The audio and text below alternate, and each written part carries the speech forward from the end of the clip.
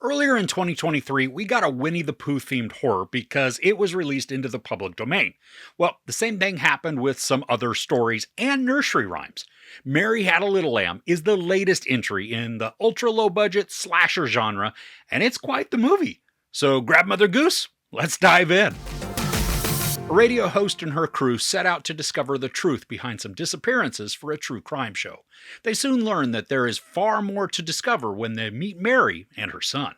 Okay, so this isn't really a spoiler because it's literally the entire setup for the story, but Mary is this strange older woman living in a house out in the middle of nowhere. She lives with her son, who's a man sheep. I mean, basically all the parts of a man except for the head, which then looks like a filthy and rabid sheep. Now, this is a very quick watch, at least in terms of time, because it's only 80 minutes long. For the first half of the movie, the musical score is very complimentary to creating a foreboding and ominous environment. Mary's house, it's sort of a mix of dilapidated and old, with just lots of dark wood and not a lot of lighting. And there's also a dense fog that rolls in almost constantly, so there's a very eerie and unsettling vibe that comes from the setting. And when the music plays themes that are just darker in nature, it's filled with melancholy and urgency, then it all works together to craft a mood that's dreadful. And there are a lot of practical effects at play in this movie, and they're surprisingly very effective and gross. There's a moment when a dude has his head smashed repeatedly into an object, and not only does it convincingly look like his head is actually being dribbled like a basketball, but the blood splatter and ensuing wounds, I thought they were beautifully created. There's also a bit where another person gets a pretty nasty head wound, and while not all of the violence is directly shown, we get to see a lot of the actions and then the aftermath. Now, for the story, the setup is rather thin, but it does start from a place that is somewhat intriguing. True crime radio hosts are searching a forest area where people have gone missing, and they stumble upon this mysterious and uneasy house where Mary happens to live. And there's something to the story, but it takes some endurance to actually get to that point. The acting, it's not stellar, but I'm able to overlook a bunch of it given the style and the budget. But there is a lot of unnecessary exposition and dialogue exchanges, and they just take way too long to accomplish, and then they work completely against any momentum the story attempts to build. Now, obviously, I didn't go into this with the expectation that the script is going to be filled with exceptional discourse or even contemplative social commentary. But when the speaking parts delay the entire reason for watching a low-budget slasher, which of course is the violence and the blood, it just becomes a difficult slog to endure. And really, I think the largest sin this movie can commit is that the kills are too far and few for what we get. The movie starts out immediately with some people having an unfortunate evening, which then it set my hopes mildly high that we would get a bunch of gore or deaths, especially when it comes just right out of the gate with lots of blood spurts. But then we go probably 30 to 40 minutes before the next kill.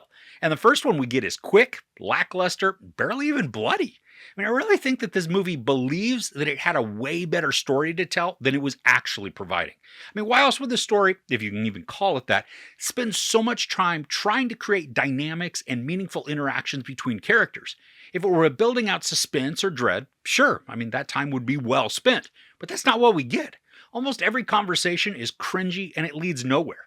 We watch actors struggle for their lines, going from natural stutters to the feeling of unrehearsed sequences. Now, there was one excellent scene with great exposition and meaning, and it also contained a ton of character development, which I really appreciated. Good gravy, though. Despite a good musical score in this sequence, the microphones, they were picking up something very random and distracting. It was just like somebody was sitting on a live mic or a character was chewing directly on the microphone. And part of that could actually make sense because the characters have food in the scene. But we never, and I mean never, see them actually lift a utensil to their mouths. And the shot, it then keeps alternating between characters in very close-up framings. So if a character was supposedly eating while the other was talking, there was never any visual evidence. And besides, the noise that was being captured was more gross and distracting than an ambient or natural sound that you'd expect to hear while somebody was quietly chewing.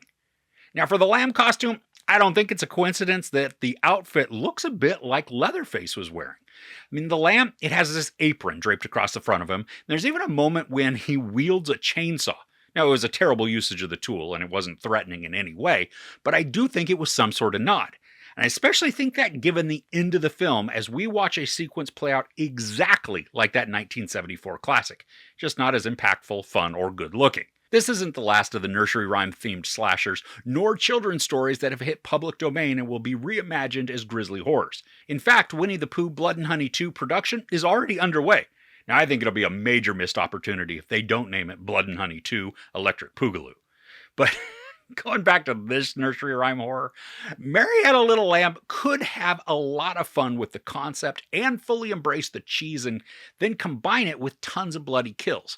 But instead, this squanders its potential, and it takes entirely too long to get to the reason we watch something like this. The deaths are too few, too quick, and lacking in any sort of tension or fun. Fortunately, a couple of kills do provide some satisfaction, but they're not enough to save this or move it from terrible to terrible but enjoyable.